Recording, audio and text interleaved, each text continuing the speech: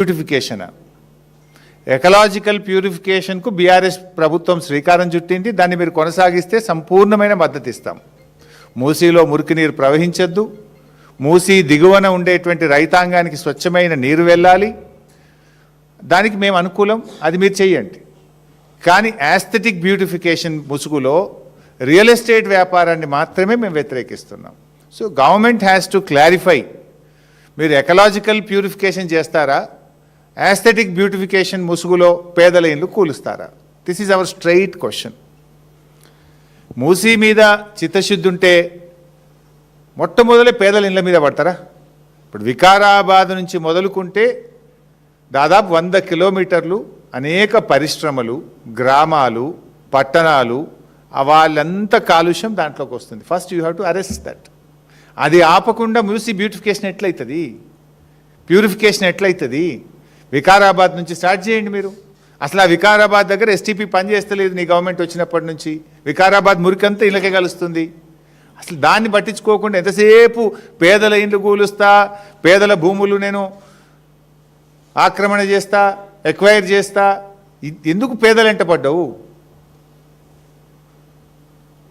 ఒకవైపేమో ఖజానా లేదంటావు, డబ్బులు లేవంటావు, రైతులకు రైతు బంధు ఇవ్వంటే డబ్బులు లేవంటావు, విద్యార్థులకు ఫీజు రియంబర్స్మెంట్ ఇవ్వంటే డబ్బులు లేవంటావు, రిటైర్డ్ ఉద్యోగులకు పెన్షన్ బెనిఫిట్లు ఇవ్వండి అంటే డబ్బులు లేవంటావు. కానీ 1,50,000 కోట్లతోని మూసీ సుందరీకరణకు మరి డబ్బులు ఎక్కడి నుంచి వచ్చినాయి? అంటే నీకు రైతులంటే నీకు మనసు రాదు, రిటైర్డ్ ఉద్యోగులంటే నీకు మనసు రాదు, ఎస్సీ ఎస్టీ బీసీ విద్యార్థుల స్కాలర్షిప్ ఫీజు రియంబర్స్మెంట్ డబ్బులు ఇవ్వమంటే నీకు మనసు రాదు.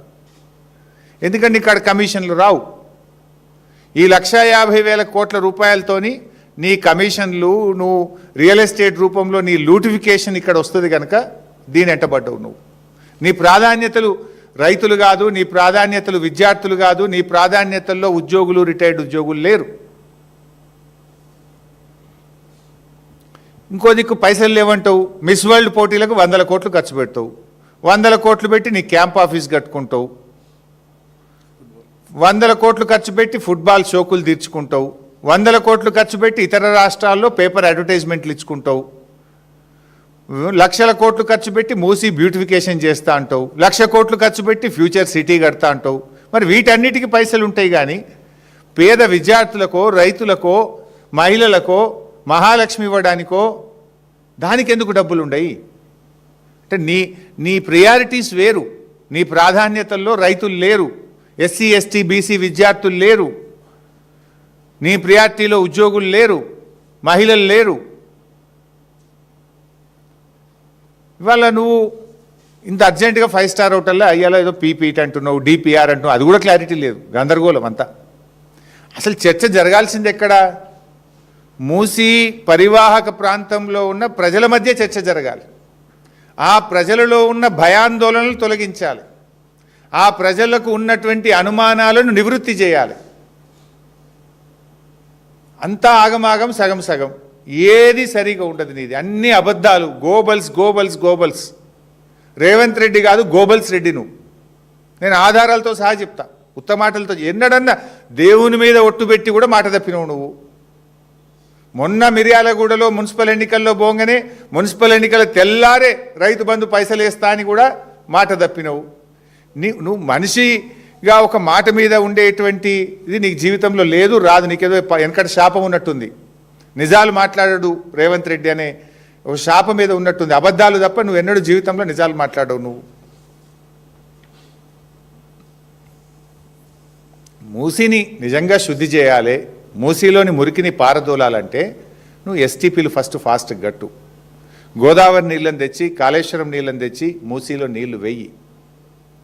మూసీలో కలుస్తున్న ఇండస్ట్రీస్ ఏవైతున్నాయో, కలుషిత నీరు వదులుతున్నటువంటి పరిశ్రమలను గుర్తించి వాటిని షిఫ్ట్ చేసేయడానికి ముందు ప్రయత్నం చెయ్యి. ఇది చేయకుండా ఇవాళ 10,017 ఇండ్లు కూలగొడతా అని చెప్పి ఇది గవర్నమెంట్ ఇచ్చిన గెజిట్ నోటిఫికేషన్. మూసీ పేరిట రేవంత్ రెడ్డి ప్రభుత్వం ఇచ్చిన గెజిట్ ఇది.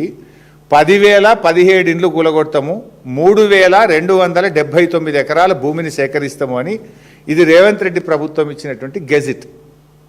10,017 ఇండ్లు కూలగొట్టారట. 10,017 ఇండ్లు అంటే ఎన్ని లక్షల జీవితాలు కదా. ఒక్కొక్క ఇంట్లో 5-10 మంది ఉంటారు.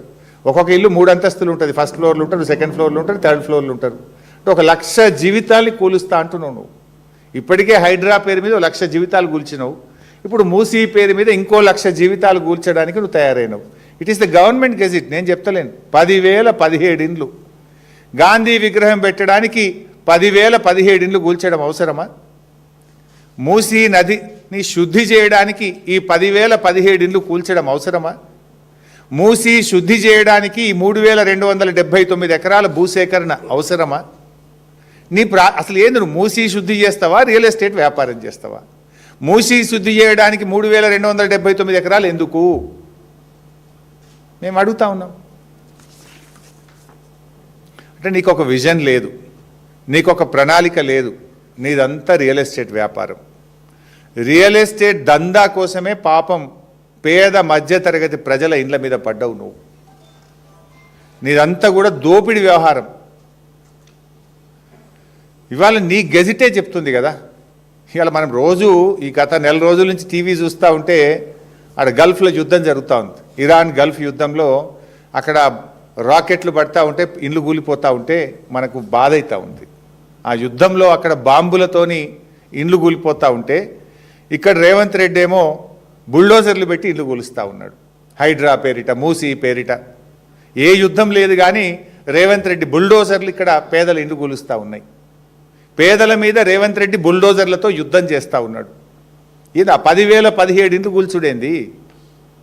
మూసీ నదిని శుభ్రం చేయడానికి 10,017 ఇండ్లు కూల్చాల్సిన అవసరం ఏంది అని సూటిగా అడుగుతూ ఉన్నాం.